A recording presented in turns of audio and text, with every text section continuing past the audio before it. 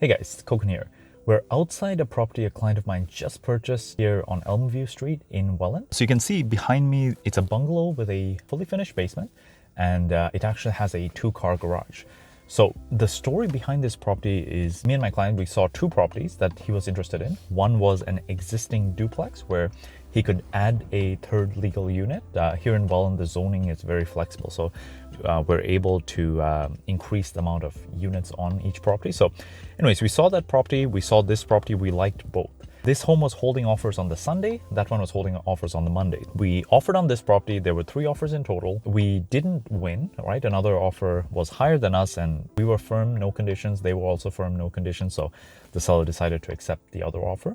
And on Monday, we decided, okay, you know what, let's offer on the other property. So we prepared our offer, we submitted it, and the agent of this property calls me back and he says the first buyer, who had offered a significantly higher offer than ours, decided to walk away from the property. Now, technically, you can't walk away from a property if you put in a firm offer, but in this case, they haven't given the deposit yet.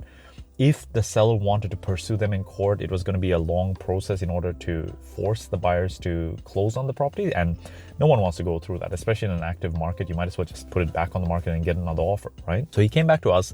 We were a lesser offer, but one of the things that I've been able to build, our whole team here has been able to build, is the reputation that the buyers we work with are serious buyers. This may not sound like a key differentiating factor, but time and time again, I've had agents choose to work with my offer versus, other offers. And in this case, the other offer was higher.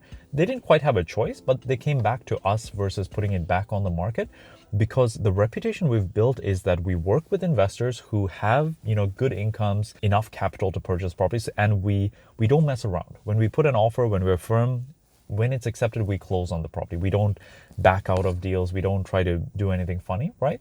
We're not necessarily always the highest offer because we're looking for decent value in the purchases that we make.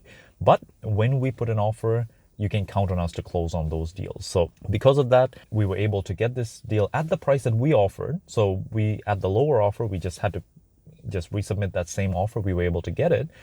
And the interesting thing was the other property that we were interested in. It was listed at $600,000.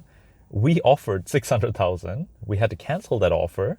That home ended up going into 10 multiple offers and ended up selling for $675 as a legal duplex here in Welland. So that was a crazy number, way above what we would be willing to pay for that property, but it was a good property. So I'm sure the buyer will do well.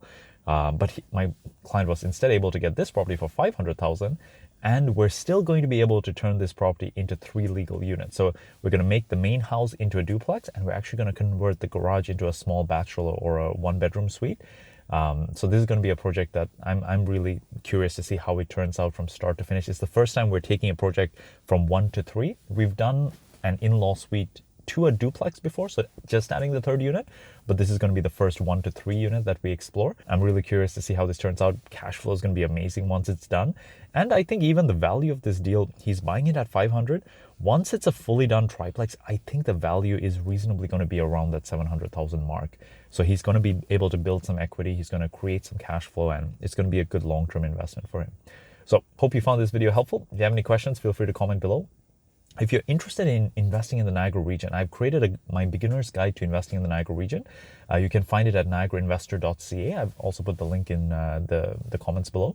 And it just goes into the basic fundamentals of what's driving the real estate market here in Niagara. And really in the last year, 2 years, 3 years, we're seeing a ton of growth. Welland, for example, just in 2020, on average, the sales price has increased by 28%. In my mind, that's nuts, but that is what happened. And that's 28% following a couple of years that have also been anywhere between 10 to 20%. So it's been a market that's really growing. And it's not necessarily that the market is really growing exponentially, but rather it's playing catch up, right? It's a further market away from Toronto.